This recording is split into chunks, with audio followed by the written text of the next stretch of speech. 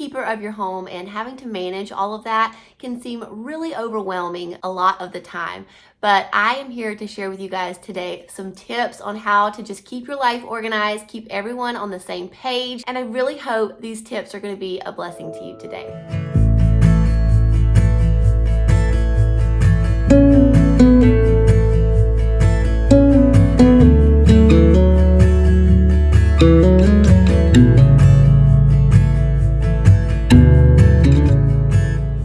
So we have the soccer practices, we have the school events, we have co-ops, we have church events, we have meetings, we have appointments.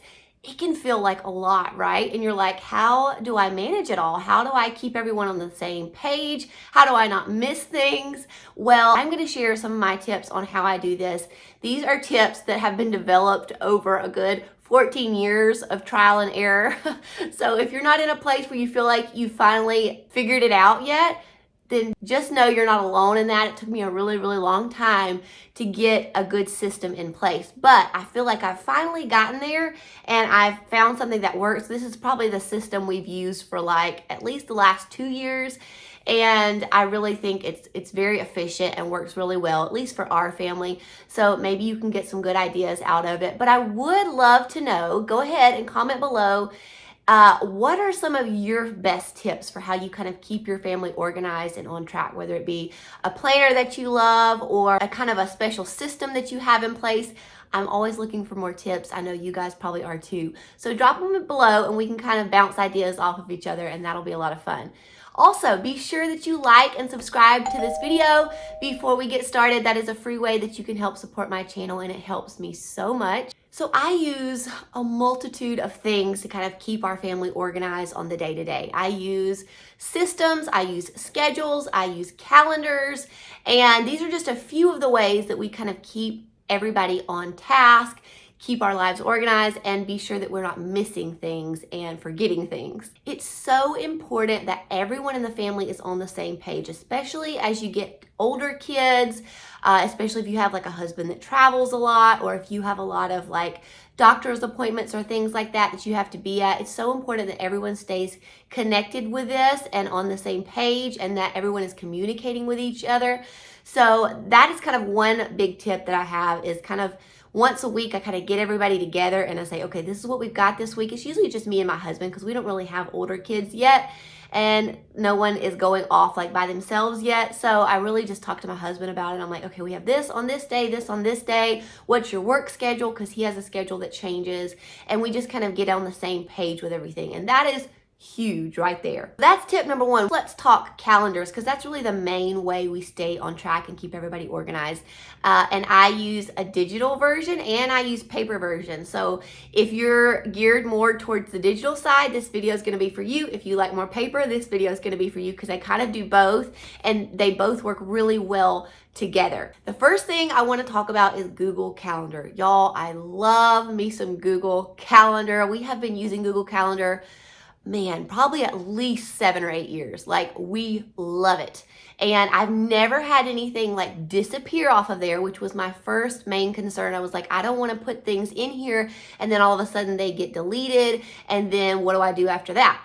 But I've never had that happen in all of the years we've used it. So take heart from that if you go digital, you're not going to lose things. The main reason I love it is you can put things in there and you can set them to repeat. So if you have like a soccer practice that you know is going to be 5:30 Monday nights for the next 6 weeks, you can put that in. You can schedule it to only be for the next 6 weeks.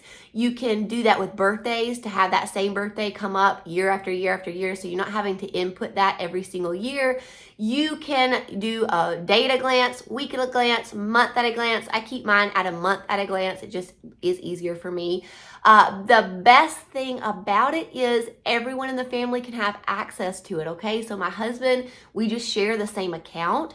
So he has access to it anytime he needs to, like, look at his work schedule and ask for time off. He knows, okay, we have vacation this week in October, so I need to ask off for that week. Or if, we're trying to plan some kind of event and him and I are not in the same room, like he knows what's on the schedule, I know what's on the schedule, because our calendars are synced to our phone and they both show exactly the same thing and they're in real time. So if he changes something for his work schedule, I can see it that minute that he changes it. So that is really, really awesome. I know that's going to be even better when we have teenage driving kids and they have things they have to be at. They can go log in, they can enter it in their phone, and that way I know, okay, Gabe's got a youth event on Friday night at 6 o'clock. I need to make sure that he gets dinner before that or whatever. So that is the really awesome thing about this digital version calendar is it's free, so that's really great, but also just everyone can be on the same page as long as they have access to the login. They have like a device they can change things on it. So it's really, really great. If you haven't looked into Google Calendar, all you need is a Google account. So if you have a Google email, you can use it. And if you don't have a Google email, you can still use it, just create an email. So on the Google Calendar, we keep all the things. We keep vacations, events, church things, we keep birthday appointments, just everything is in Google Calendar. I don't put in my work stuff, but really everything else other than that is in Google Calendar. So that's kind of my day-to-day, what I look at all the time. I don't get real detailed with it. I really just put in like 10 a.m. Wednesday, we have a doctor's appointment. So that's pretty much what we use it for. We don't use it we don't get real detailed with things. We don't set reminders with it or anything like that. So then like once a week, I'll look at my Google Calendar and I'll transfer what's going on that week to our fridge calendar. This is a dry erase calendar. I'll try to link it below. It's been awesome. We've had this for probably 2 years, maybe a year and a half. And usually sit down on Sundays and I just write out what we have going on for the week, and that way it's on the calendar. Everybody's walking past it all day. They know what's going on. I also use this calendar to keep track of my husband's work schedule, so I'll write his schedule on that calendar, and I'll also write what's for dinner every night on that calendar. So that's kind of where I put my meal planning for the week, where everyone can see it. And I also use it kind of to write down grocery list items that we need. I use it to write down when our library books are due back, the things that I need to buy in bulk that month. I kind of use it as brain dump a lot of the times, and it works great. I also have my handy dandy Erin Condren planner that I've used for probably the last 3 months. My friend told me to get it. It's been a huge game changer for my work things, because as of January, YouTube, all of that stuff, my made to homeschool stuff got real crazy, real busy, and I just could not keep track of it all just in my brain anymore, and I needed a place to dump it all out of my brain. So now, I have like collaboration dates and deadlines for things, and I have to stay on top of things. So I had no choice but to get a business calendar, and I really enjoyed this planner. I'll show it to you guys. It has like a month at a glance, and then it just has a place where you can write kind of your goals and things that you want to remember for the month. This is where I put in all of my content ideas for the month, and then it has a week at a glance section, and it's broken up into kind of like 4 different sections. So I usually put work things at the top, kind of my checklists after that. I put any events we've got going on during the week that maybe might hinder my work things. I don't usually put everything down on this, but if it's something like, oh, I'm not going to be able to film at all that day because we're going to be at the zoo all day or whatever, then I'll write that down. And then at the very bottom, I use that to keep track of my workouts, which has been really awesome, because that's just one less thing I have to think about. If I go ahead and plan my workouts for the week, that really takes a lot off of me mentally. So I really like that I have a place to do that in this planner. And lastly, y'all are gonna think I'm crazy with all these planners, but I promise it's really not that complicated. Lastly is my homeschool planner. I love the A Simple Plan homeschool planner, and I don't use this a lot. Like honestly, if we're in school, that's really the only time I'm using it. I use it to plan kind of the curriculum that I'm gonna buy for the year, the kids' school schedules, and then I also use it to keep track of our days that we're in school and the things that we complete every single day. And if I'm being real honest, a lot of days I forget to write down what we did that day, so I usually end up doing it like twice a week. I'll just write down what we did for the whole week. as I remember to do it. So honestly, you guys know we do open and go curriculum. So we do the next lesson every day. So I don't pre-plan a lot, but I am required by our state to keep track of what we do every single day. So I do go back throughout the week and write down each day kind of what we completed for the day for our homeschool. I pull these pages out at the end of the year and put them in my records binder so that I can keep the things that the state requires me to keep track of. So I kind of have to have this legal wise for our homeschool. And last but not least, I feel like I have a whole video on this. I'm gonna go back and look in the archives. If I do, I'll link it above for y'all. But I think I have a whole video on how I do this home binder. But this has been a huge game changer that I've done in the last year. I feel like I did it maybe this time last year, but once I had my fourth child, it just seemed like things were spinning out of control, and I had just a million different things that I was trying to coordinate every single day. And it was like I needed a place for just all of the stuff, like where I could brain dump, where I could keep all the papers, and something I could use for like meal planning and budget planning. So I came up with the home binder. And so we have different tabs in here for meal planning. And in that section, I keep track of just meal ideas so that I don't have to think about that every week. I've just made a list of I used Canva, and I made a list of meals my family loves.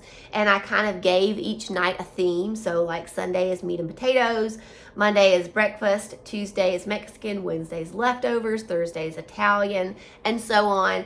And that way, so when I'm meal planning, I can just say, okay, Monday night's breakfast night. So then I can go to the breakfast section and I can say, okay, here's my options. I can make banana bread, French toast casserole. I can make a quiche. I can make an egg bake.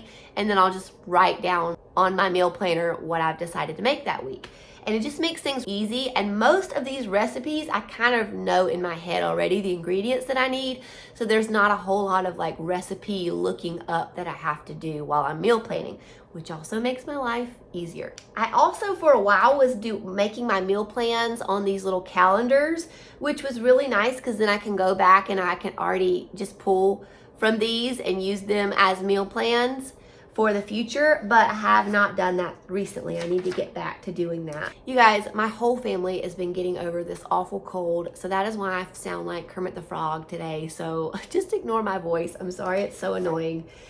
It is what it is. So also in this folder, I have a place for my grocery shopping list, and this is just kind of a master list of grocery items that we constantly purchase. And so when I'm getting ready to place my grocery order every week, I go through this list and just make sure that I'm not missing anything that we normally buy that maybe is not pertaining to the meal that I'm making that week, but that's just something that we always have on hand, like milk and apple juice and things like that.